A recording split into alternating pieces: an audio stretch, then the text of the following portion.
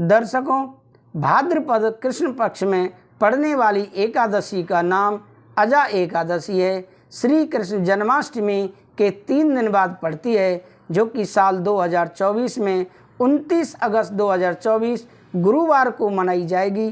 पंचांग के अनुसार 29 अगस्त 2024 को मध्यरात्रि 1:30 से अजा एकादशी का व्रत आरंभ हो जाएगा और अगले दिन 30 अगस्त 2024 को रात्रि 1:37 पर इसका समापन होगा। दर्शकों, मैं आपको अजा एकादशी व्रत कथा सुनाने से पहले आपसे निवेदन करना चाहूँगा कि अगर आपने अभी तक हमारे YouTube चैनल कथावाचक पंडित अमरचंद भारद्वाज को सब्सक्राइब नहीं किया है तो आप ज़रूर सब्सक्राइब कर लें, जिससे कि आने वाली भक्ति मार्ग से जुड़ी हर वीडियो का नोटिफिकेशन आपको आसानी से प्राप्त हो सके।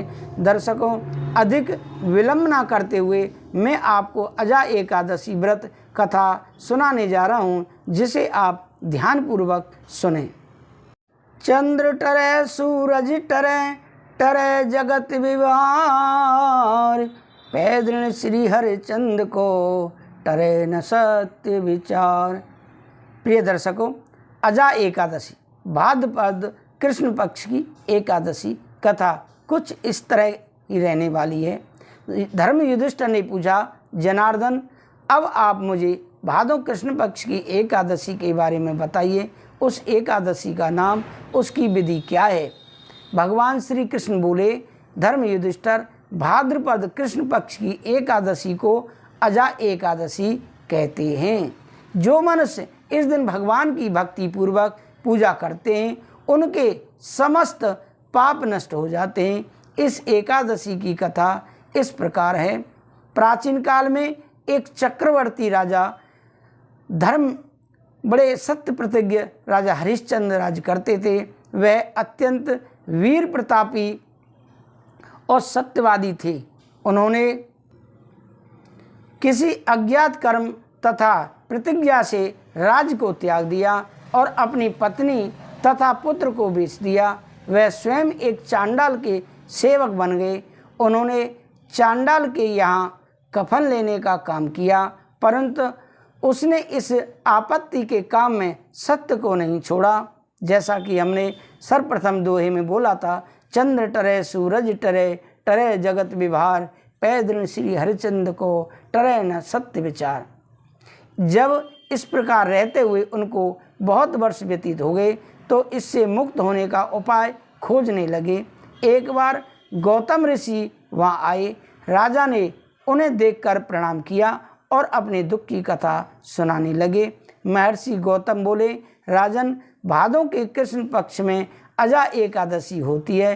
तुम इस एकादशी का विधि पूर्वक व्रत करो तथा रात्रि जागरण करो, इससे तुम्हारे समस्त पाप नष्ट हो जाएंगे।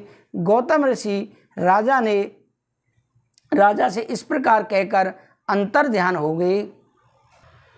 महर्षि गौतम की बात सुनकर राजा हरिश्चंद्र ने उस उत्तम अनुष्ठान किया।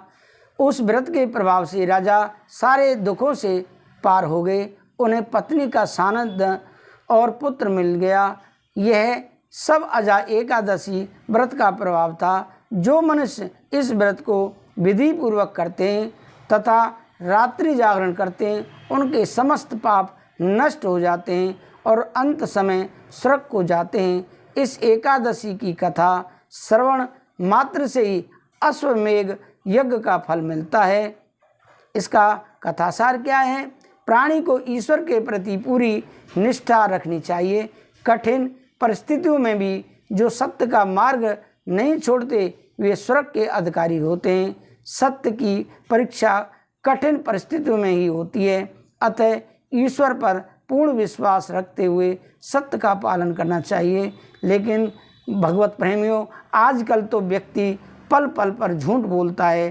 फ़ोन पर रहेगा गुरुग्राम तो बताएगा चंडीगढ़, रहेगा मथुरा तो बताएगा काशी। अब पल पल झूठ बोल रहा है, तो आप इस तरह से झूठ न बोलें, सत्य का आचरण करें। भगवान आपकी अवश्य मदद करेंगे।